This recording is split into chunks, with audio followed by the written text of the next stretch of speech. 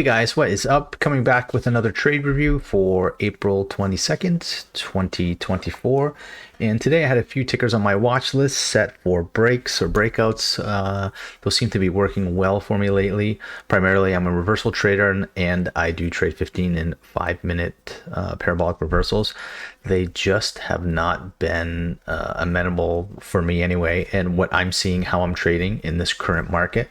So I today came in looking at a few on my list. I had Citibank or Citigroup looking for a break, and I'm looking for first and foremost looking at the daily, and I usually have this set up here as a weekly. So when I'm doing my initial pre-market prep, so I'm looking at where is the daily candle in relation to previous day's close. We were in this case sitting above previous day's close and previous day high. And then I'm looking for room to the upside with minimal resistance based on my trading style. And then I'll pair it with the 60-minute. And then I will look where this is just prior to the open. Do we have a bullish look or bullish feel or bearish feel? Where are the orders on the order book? And then how much room do I have to the upside based on what my ATR is? So I'll measure the ATR like this. In this case, it's $1.50. So we could potentially run to this level based on the ATR, but then I'll look at partialing on the way up where I'm having points of support or resistance. And I didn't like the way this opened. It may have been spready. I'm not used to trading these a few tickers at the open. Primarily, I'll look at the opening, I'll look at the order book. I do have Bookmap pulled up, and I'll look at Amazon, Tesla, AMD, SPY, Qs, IWM, just to kind of get a general sense or a feel. And I didn't like the way anything looked, and my setup breakout reversals wasn't fitting to my style or what I was looking to trade. So I sat and waited for BAC to set up. And this was the same thing as Citigroup, where it opened above previous day's high, and it set this range in the pre-market right here. And so I waited for it to come past this level. So I'm looking for a signal. Like I said, initially, I was looking at trading above 37.26, which it looks like we're going to hit now to 37.50. And it didn't set up. And the morning is a little bit choppy. If you look at the smaller time frame here, 1 minute. We opened at 9:30. We came below this pre-market level. It was holding 37, couldn't hold, broke below, came back up again at this pre-market low, and then held previous day's close.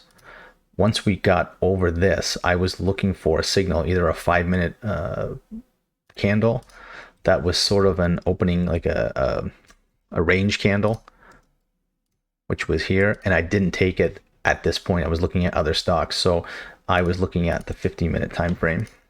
And, did I still have room to the upside? How tight can I put my stop? And where would my target be? Because it didn't look like we would hit the 37.50 level. So I took it here. Here is the break, 15-minute. Whoops, not here. Here. So here's that initial range that it set at 9:30 to 9:45. So I was waiting for it to get over this level, which I did. And normally I would add into this and ride it all the way up to whatever level I what I thought would work, whether it's signals on the order book or, we have a lot of selling pressure coming in here. What's the SPY doing? And I had a large loss on Friday, so I already came into the market with my confidence kind of hit a little bit. So I did size down, and I avoided adding into this trade just to kind of build my confidence back up again, which I did. It's just kind of a safety mechanism that I have in place, and I partial all the way up, and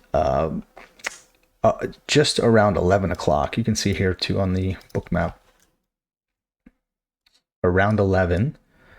I was looking at potentially getting back into this because it's chopping around these levels here. And I see that there's large liquidity on the book at 37.50, 37.52. So I could get a quick move up, get a 10, 15 cent move into 37.50 with a tight stop and easily get 2R, 3R. My rule state, no more trading after 11 a.m. And that was it for the day. So it's just a one single trade. It was a range break. And that's exactly how I played it. Also, if we're looking at the SPY, pull up the SPY.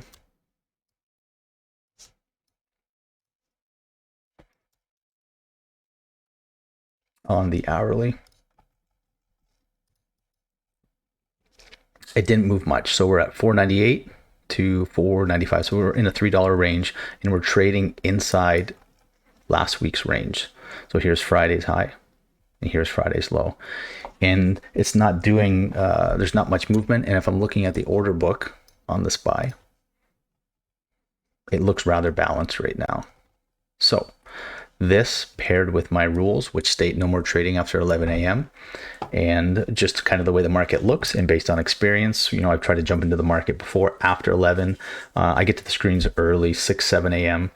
after the gym, and you know, by this time my brain's fried. So I also, you know, I have young kids. I didn't sleep very well, and this is all tagged in my journal. And that's one of the other things I want to talk about, is how important it is to have a trading journal and to tag your trades, tag your setups, time of day, style, size, and then, you know, with time you'll be able to collect enough data to see exactly what's working for you. And I know, based on past experience, and of course my journaling, my tagging, exactly what works. And you know, you kind of build a good system, and you know, work on it long term. I'm always building, I'm always changing, I'm always refining, but for the most part the main foundation is there. So I know that as of now, with the current market, how I'm trading intraday, it's only day trading that I'm doing right now. Some small amount of swings, but it's on a different account that I'm done at 11 a.m. Eastern. And that would be it for today. So